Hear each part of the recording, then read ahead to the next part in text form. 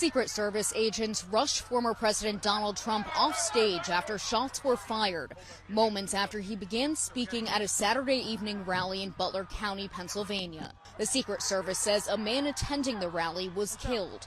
A doctor standing nearby tried to help him, performing CPR. The guy had spun around, was jammed between the benches. He had a headshot here. Trump raised his fist as he left the stage. On his Truth Social site, the former president said he was shot by a bullet that pierced the upper part of his right ear. I knew immediately that something was wrong and that I heard a whizzing sound, shots, and immediately felt the bullet ripping through the skin, he wrote. Much bleeding took place, so I realized then what was happening. I just hear these 4 shots and everybody's screaming drop, and you can see the blood splatter on his face, and the Secret Service just barricades him. The Secret Service says the gunman was outside the cordoned-off area of the rally, standing on an elevated structure, and that he was shot and killed by a member of the agency's counter-assault team. A large number of Secret Service agents is in Milwaukee right now ahead of the convention. They're trying to piece together what happened here in Butler. President Biden spoke a couple hours after the shooting. There's no place in America for this kind of violence. It's sick. It's sick. It's one of the reasons why we have to unite this country. We cannot allow for this to be happening. We cannot be like this. We cannot condone this.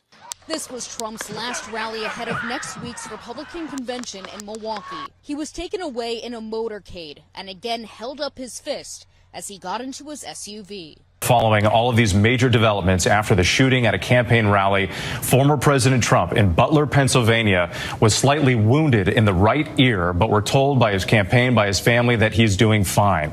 Authorities say the shots were fired from a rooftop adjacent to the venue, some 200 to 300 yards away. 8 rounds fired from an AR-style rifle. That information just reported. We're going to walk up through the field, stand by the trees out there under the shade, and watch and listen to the rally, right? We couldn't see them, but we could hear them. So we walked up, and probably 5 to 7 minutes of Trump speaking. I'm estimating here, I have no idea, but we noticed a guy crawling, bear crawling up the roof of the building beside us, 50 feet away from us. So we're standing there, and, we're pointing at the guy crawling up the roof. And he had a gun, right? He had a rifle. We could clearly see him with a rifle. Absolutely. We're pointing at him. The police are down there running around on the ground. We're like, hey, man, there's a guy on the roof with a rifle. And the police were like, huh, what? Like they didn't know what was going on. We're like, hey, right here on the roof. We can see him from right here. We see him. He's crawling. And next thing you know, I'm thinking to myself, why is Trump still speaking? Why have they not pulled him off the stage? I'm standing there pointing at him for, 2 or 3 minutes. Secret Service is looking at us from the top of the barn. I'm pointing at that roof, just standing there like this. And next thing you know, 5 shots rang out. So you're certain that the shots came from that guy on the roof? 100%. 100%. And he was up there for a couple of minutes. He was up there. You saw him up there for a couple of minutes. Absolutely. At least 3 to 4 minutes. And you were telling the police and the Secret Service? We were telling the police. We were pointing at them for the Secret Service, who were looking at us from the top of the barn. They were looking at us the whole time when we were standing by that tree. Could they see binoculars? Could they see him? Probably not. But I don't know why a guy who we're standing there pointing out to police and Secret Service is crawling up the roof. Were you outside the security perimeter? Yes, right there by that tree. We were outside the security perimeter. But my question is, there's only a few buildings around here. Why is Secret Service not at every building here? Well, there's a whole bunch of questions, I think, that are going to come. There's a whole bunch of questions. Yeah. Jake Rosen spoke to an emergency room physician who was there, who says he saw a man who he believes was shot in the head. And Bob, we have that video. Let's play it right now. To me, as you're trying to figure out if you're okay, what's going on, was he shot, was he wounded? Then we heard him on the microphone, Shannon, saying, let me grab my shoes as they tried to take them off. So we're just trying to figure out what happened. A tragic moment in this country. I mean, not only do we have this act of political violence, we have bystanders, people out there just exercising their right to support a candidate, potentially shot and killed. What are you feeling at this time? Well, it's terrible. First of all, I'm embarrassed for my community. that this happened here. I am disgusted and sad that somebody actually lost their life as a result of this.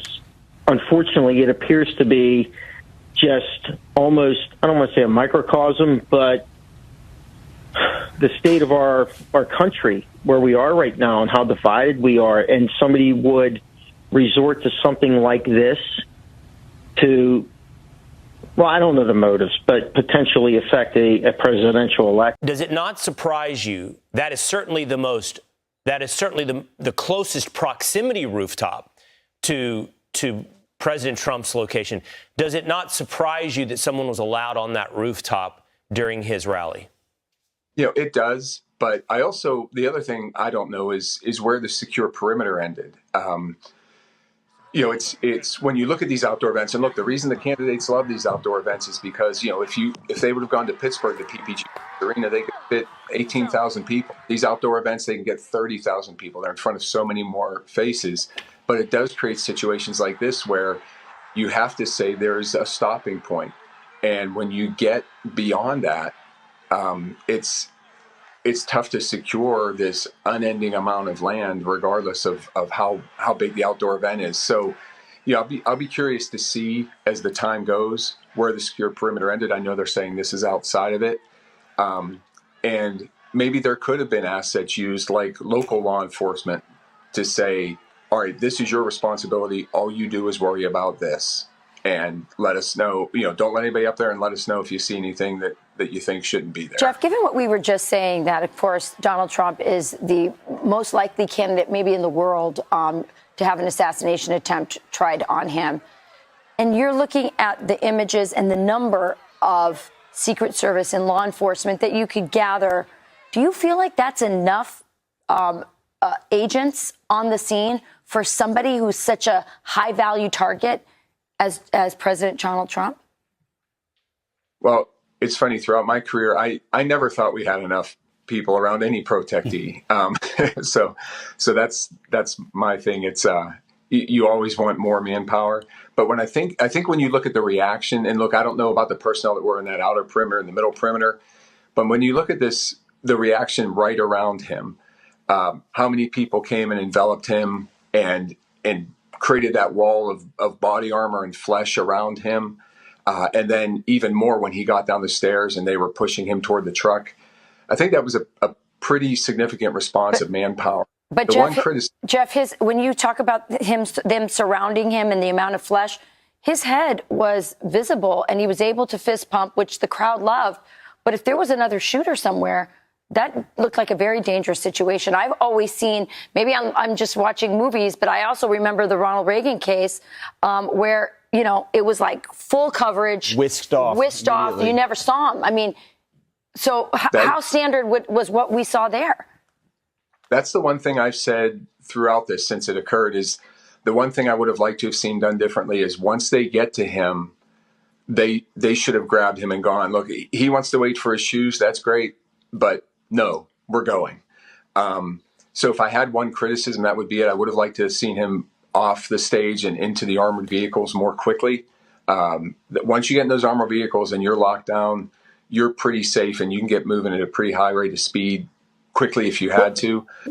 So that is the one criticism I had. If you're training this, Jeff, how quick should that happen? I mean, that took over a minute.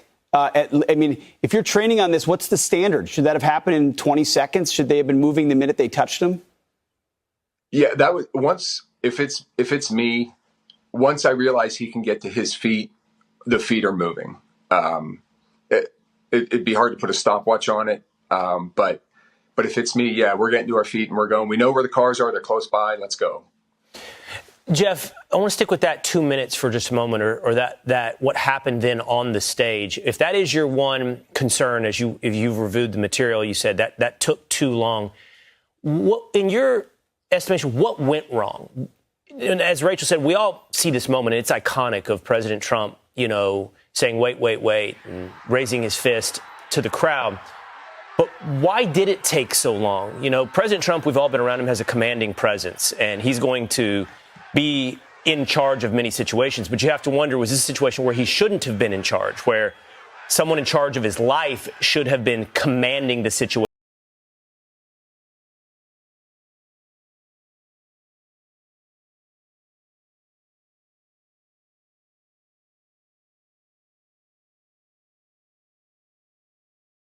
Continue to cover the attempted assassination of former President Trump today. You're looking at pictures of the event. We just heard from an FBI official, along with local officials in Butler County, Pennsylvania. They believe a 20-year-old man from the county was the shooter. They have not released his name. Clearly, they know who he is, but are trying to figure out the motives behind this and if anyone else was involved. But back to the shooting itself, heard around the world. The former president said he was hit in the ear. You see the blood streaming from the side of his face. Several other people were shot as well. One of them died. 2 others are in critical condition tonight. So how could this happen? How could the shooter get this close? Let's look at a map of the area again. The Secret Service released a little bit more information on this. You see how close that building appears to be to the stage, just off to the side there. They say the gunman was off the property on top of that roof, maybe 200 or 300 feet away from the stage, and then fired up to 10 times with an AR-15 style rifle. The shooter was also killed by the Secret Service, but again, the identity and the motives have not been released.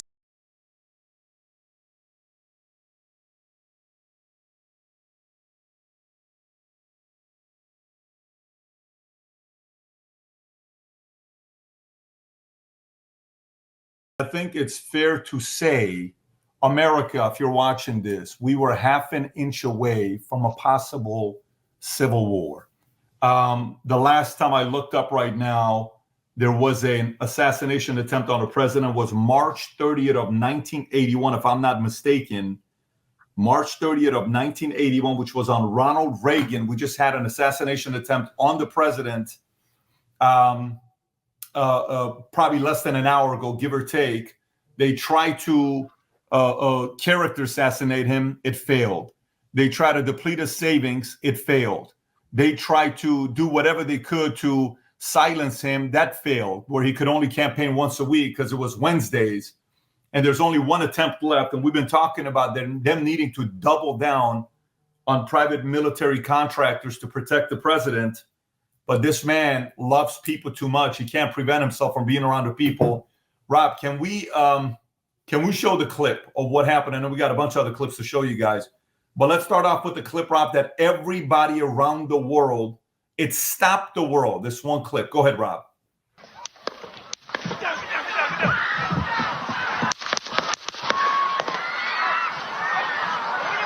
2 shots are coming from this side.